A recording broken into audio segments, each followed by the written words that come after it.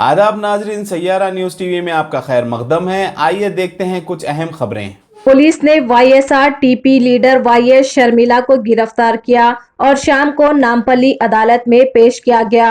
Police अफसरान ने बड़े पैमाने पर पुलिस इंतजामात किए। पुलिस ने किसी भी नाखुशगवार वाक़ये को रोकने के लिए अदालत के सामने पुलिस का भारी बंदोबस्त किया।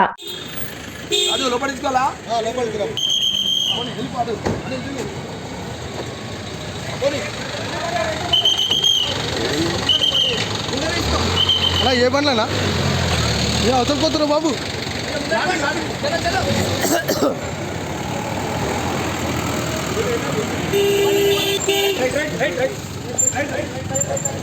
ఏ బండ్లు ఉంది